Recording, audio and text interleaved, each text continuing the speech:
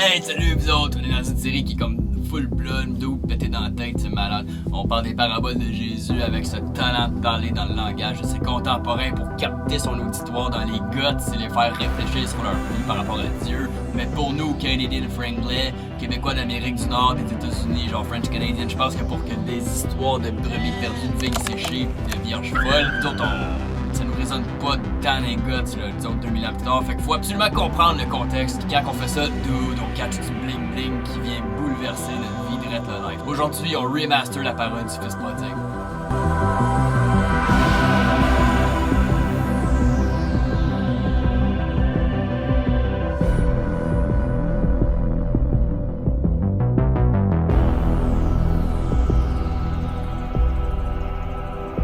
Yo, Master Deep! Hey, Billy Bro, ça va, man? Là, MD, le Fils prodigue, on la connaît, l'histoire, même le monde qui sont pas religieux connaissent la chanson. C'est vrai, mais... Même le célèbre auteur Charles Dickens a dit que c'était la plus grande petite histoire de tous les temps. C'est l'histoire d'un kid qui dit à son père « Yo, donne-moi mon héritage, que j'aille vivre ma vie comme je veux. » Là, le père, il donne, genre, avec tristesse, mais le kid, il s'en balance, là. Puis là, il va dans son pays lointain, il dépense son cash au max. Puis là, genre, rapidement, il se retrouve avec pas grand-chose, puis là, plus personne. Jusqu'au moment où il y a une famine qui frappe le pays, puis là, il est comme vraiment dans le... Oui, ok, mais... Fait que genre, là, il est rendu à travailler dans une porcherie, là, avec des cochons, man, des cochons dégueulasses. Puis là, genre, il veut bouffer la bouffe des cochons. Puis c'est à ce moment-là que le gars, il cache, puis il se dit, man, yo! Genre, chez mon père, c'était chill, puis là, faudrait que je retourne, mais le mec s'apprend pas, je vais lui demander pardon, puis il va me demander de travailler comme si j'étais un serviteur. Puis là, ça va être full humiliant, man, au moins je crèverais pas. Fait que là, le kid, il revient, puis son père le voit, puis là, il court, puis après ça, il le restaure totalement, puis là, ils font le gros party ensemble, puis là, il y a une belle histoire de repentance, puis un exemple à prendre pour vous tous qui écoutez cette vidéo. Ouais, ben en fait... Fait que repens-toi, puis ça va être Petit guide? Ouais, Tigidou. Ah, ok. Tigidou Lailou. C'est ça, je savais que tu conclurais comme ça. Jésus avait un message bien plus profond. Cette histoire, c'est... C'est l'évangile, man. Dans l'évangile. Yo, l'évangile dans l'évangile, malade! Big reveal, deep, mind-blowing, man! Dude! Écoute! Wanga! Parce que ça fait 1000 ans que les érudits bibliques appellent ça l'évangile dans l'évangile. C'est comme, pas toi qui viens d'inventer l'expression. Ok... Justement, genre, si tout le monde est catché, qu'est-ce qu'il y a de plus à dire? Il y a beaucoup à dire, parce que ta conclusion moralisatrice n'est pas du tout ce que Jésus voulait enseigner. Cette histoire est devenue tellement familière qu'on a perdu le vrai sens. Cette parabole, c'est pas un petit truc, c'est pas une formule pour se sortir du trouble ou améliorer son sort. Si c'est l'évangile, dans l'évangile comme on l'appelle, on a besoin de comprendre l'histoire comme du monde. Alors, mais pourtant, on peut facilement s'identifier au fils qui s'est éloigné du père par son péché. Puis là, que dans le malheur, il a reconnu sa faute, puis il a pris la bonne décision de se repentir pour pouvoir retourner dans le confort de son père. C'est pas ça l'évangile, man? Ben, tu touches quelques éléments pas pires, mais non, c'est pas tout à fait ça l'évangile. L'histoire est pas à propos du Fils, de toi ou de moi. La Bible, elle parle pas de nous autres, elle parle de Dieu. L'histoire de la parabole est à propos du Père. Hein? Du père? Mais dans ma Bible, le titre c'est marqué le Fils prodigue. Oui, mais ça c'est par tradition que les éditeurs l'ont nommé comme ça. Moi, je la retitrerais le Père qui court. De quoi le père qui court? Oui, Jésus est descendu pour nous parler de son Père. Jésus veut nous faire connaître Dieu. Un Dieu qui règne sur un royaume avec des principes complètement à l'envers de ce que nous, les humains, recherchons comme pouvoir. Dude, l'Upside Down Kingdom.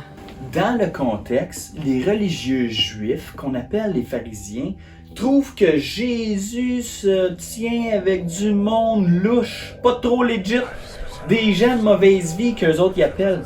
Les pharisiens jugent Jésus au bout, et tous les gens, ils les catégorisent comme strike out. Ils feront pas partie du royaume selon les Juifs. Ok, fait qu'ils trouvent pas Jésus, genre trop legit, là.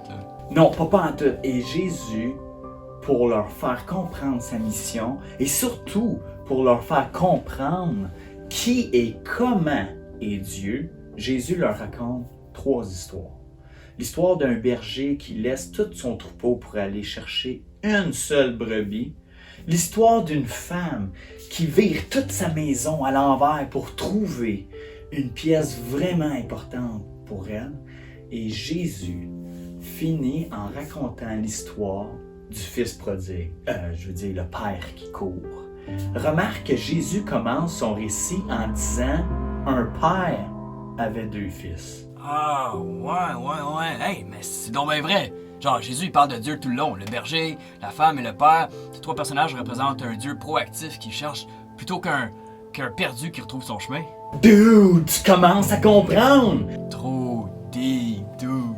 Tout ce que tu as résumé tantôt en mettant l'emphase sur le Fils est vrai. Mais c'est genre 2 lignes de Bible. En réalité, si on comprend ce que Jésus veut enseigner, tout le spotlight devrait être mis sur le cœur et le caractère du Père. Vois-tu, Jésus est en train de dire aux pharisiens, « Vous trouvez que je passe du temps avec des gens douteux, mais la situation est pire que vous pensez. J'aime ces gens-là. Je cherche ce genre de monde-là. Je suis descendu du ciel et cours vers eux, les gens qui sont malades, les gens qui sont pécheurs. Et c'est avec eux que je suis en train de bâtir mon royaume. Pas avec des religieux dans votre genre qui pensaient être assez bons. Et Jésus finit sa parabole avec un 2e fils qui a toujours écouté son père, mais qui est plein de jugement et d'orgueil et qui n'entre pas dans le party à la fin de l'histoire. Il rentre pas dans le party de Dieu. Wow, ok, man. Explique-toi. T'es stonné, hein, là? Ben, imagine les gens du siècle de Jésus. Son histoire est complètement scandalisante. À cette époque, c'était impossible qu'un fils ait le guts de demander son héritage du vivant de son père. C'était comme lui dire: « Hey, le vieux, je veux que tu sois mort, que tu drop dead, drette là! » Un enfant qui manquait de respect envers son père comme ça, tu le backslappais en rejetant ton fils et en le jetant dehors sans possibilité de revenir. C'était bien trop honteux pour la famille. Dehors et dehors pour toujours. Dude, c'est harsh. Puis en plus de la famille qui faisait ça, toute la communauté avait un rituel qu'on appelait le Kezaza. Qu'est-ce que c'est ça? Non, le Kezaza. C'était une cérémonie où on prenait un vase précieux que toute la communauté remplissait avec des épices rares et les meilleurs morceaux de la récolte. On présentait ce vase-là à celui qu'on rejetait devant tout le monde et au lieu de lui donner gentiment, bang, on se mâchait ça aux pieds pour lui dire « Regarde! Voilà ce que t'es! Voilà ce que t'as fait! On t'a tout donné. On a investi en toi. Et toi, t'as tout détruit. Tu gaspilles ta vie. Et c'est ça que t'as fait à ta famille. Et c'est ça que t'es pour toujours. Et sors d'ici maintenant et reviens jamais! » Shucks, man, ça niaisait pas. Non, ça niaisait pas. Et quand que Jésus commence son histoire, son auditoire est très familier avec ce genre de pratique. Donc, lorsque Jésus dit que le Père lui donna l'argent à son fils, tu peux-tu imaginer la foule? Puis les pharisiens, comme « Quoi? Ce Père-là est pas humain? » Puis effectivement, Jésus parle pas d'un humain. Dude, c'est comme lancer une grenade dans une pièce, man. Attends, c'est encore mieux. Tu veux savoir comment Jésus décrit son Père, comment il décrit Dieu? Écoute le reste. Lorsque le Fils revient à lui, la belle petite repentance, comme tu dis, là, la formulation, il revint à ses bons sens. C'est une formulation qui rappelle celle du Pharaon devant Moïse. Si on se souvient, là, le gars fait juste état de sa misère et il calcule. OK, là, ça va pas bien, là. Qu'est-ce que je pourrais faire pour aller mieux? Et là, il s'invente son petit plan avec son discours pour faire quelque chose et peut-être rembourser son père. Il est comme pas vraiment repentant. En fait, il pense seulement à son bien-être, à son confort, à son intérêt personnel. Et il est juste pas si tata que ça. Il calcule. Le fils était perdu chez son père, il est perdu loin de son père, et lorsqu'il revient, il est encore perdu. Ouais, fait que, genre, quand le père le voit, le texte, il dit que le kid est encore loin, pis c'est le père qui va le chercher.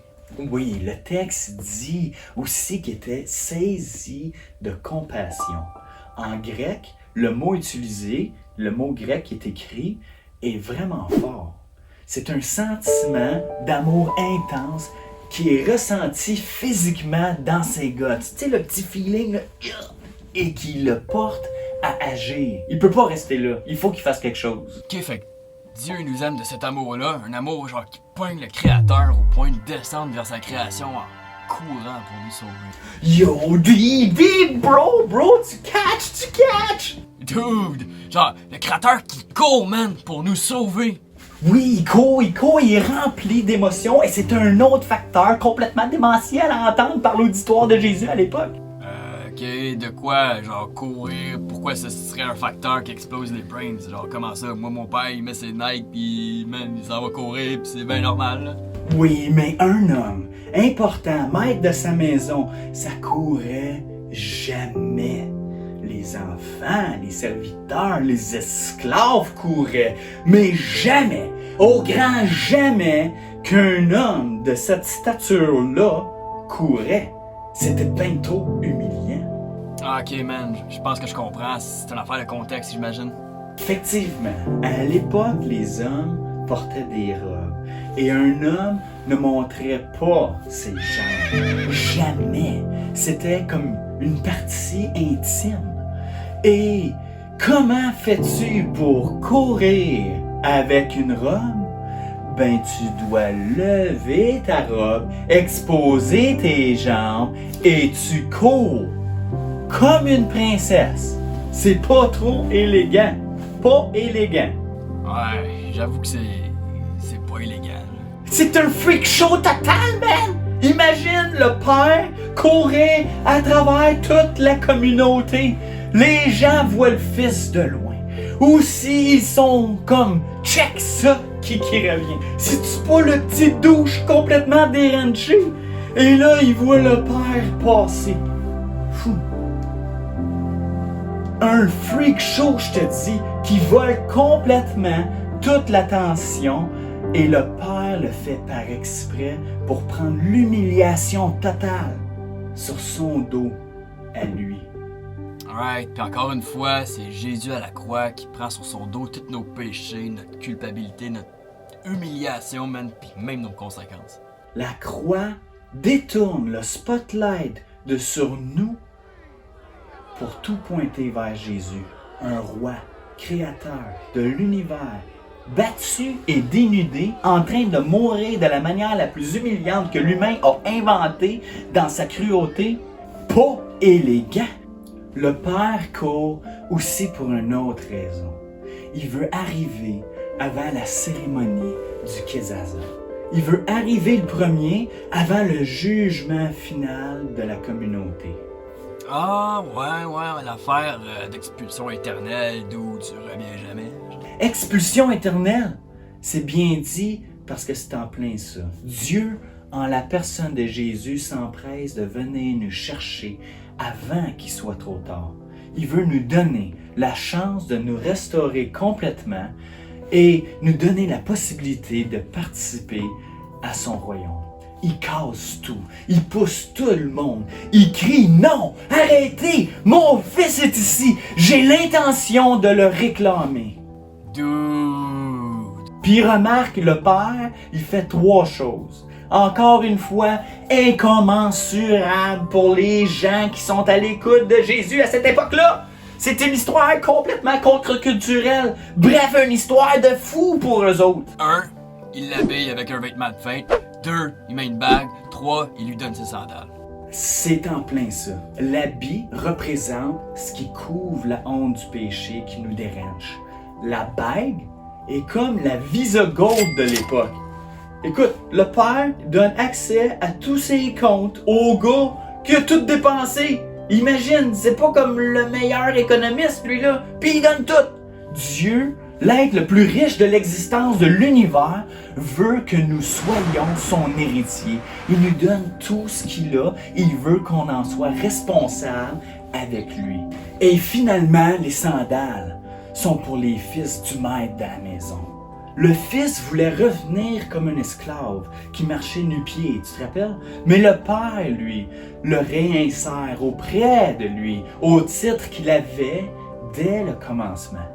Ok, donc là, genre, je comprends mieux ce que les paraboles veulent me dire. Genre, à moi, Billy Bro, Dieu nous a créés dans un monde parfait, mais on a utilisé toutes ces ressources pour nous combler, genre, nous-mêmes, notre façon, selon nos termes. Puis en fait, on aimerait profiter de la beauté puis de la richesse de sa création sans créateur. Puis là, ça donne un monde déchu, man. On a rejeté Dieu, on aimerait, genre, qu'il n'existe pas. Puis à cause de ce que tu dis, le monde en arrache à plein niveau. Toute la planète au complet en souffre. Mais dans son caractère fondé sur l'amour, Dieu envoie Jésus en mission de sauvetage. Jésus, il est genre prêt à tout revirer, genre à tout mettre à l'envers de bord, comme la femme qui cherche. Il quitte tout comme le berger pour sa brebis perdue, puis il court comme le père, genre pour nous restaurer comme héritiers sur toute la création. T'as tout compris, bro. Et au final, c'est une grande joie pour Dieu qui nous invite à son party. Mais rappelle-toi, c'est pas tout le monde qui entre dans le party. Il y a le deuxième fils qui représente le pharisien, le religieux, celui qui s'humilie pas, celui qui pense être assez bon avec son travail, qui travaille dans la maison de son père, à l'église. Lui, il est rempli de jugement parce qu'il fait tellement d'efforts. Il trouve ça injuste que son frère, le tout croche, qui n'a jamais rien fait de bon, ait une fête en son honneur. Comme toi au début, Billy Bro, le frère ne voit pas que l'histoire est à propos du père. Il pense que l'histoire est à propos de lui et de ce qu'il est capable de contrôler. Ah, je comprends, man. Maintenant que Jésus est comme pas mal in your face aux pharisiens, ça fait peur parce que ça me ressemble un peu, man. Jésus explique qu'il est venu pour sauver ceux qui reconnaissent leur besoin d'être réconciliés avec le Créateur, puis restaurés dans la création. Tout, c'est deep, man. C'est vraiment deep. C'est tout un avertissement pour toi, moi et tout le reste du monde qui nous écoute. L'évangile dans l'évangile, bro. On a besoin de laisser tomber notre petit plan, notre petit discours pour se justifier nous-mêmes dans notre tête et commencer à comprendre toute l'amplitude de ce que Jésus a fait pour nous et vivre en reconnaissance d'avoir la possibilité d'être appelé son enfant, héritier du Créateur. Yo, Master Deep, merci pour remettre les pendules sur la traque. Genre, je vais plus jamais voir cette histoire-là avec une petite morale simplette. C'est sûr qu'on réfléchit là-dessus sérieusement. Ciao, bro.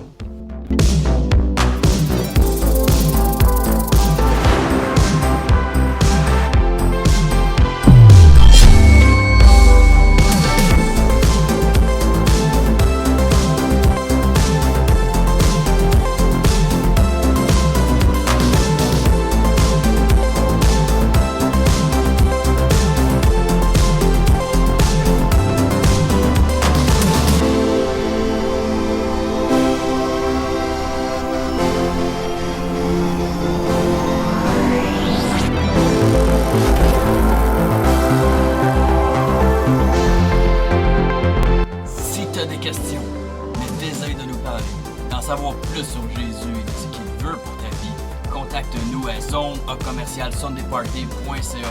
N'hésite pas, man. On désire un monde meilleur qui ressemble de plus en plus à ce que Dieu avait en tête en créant.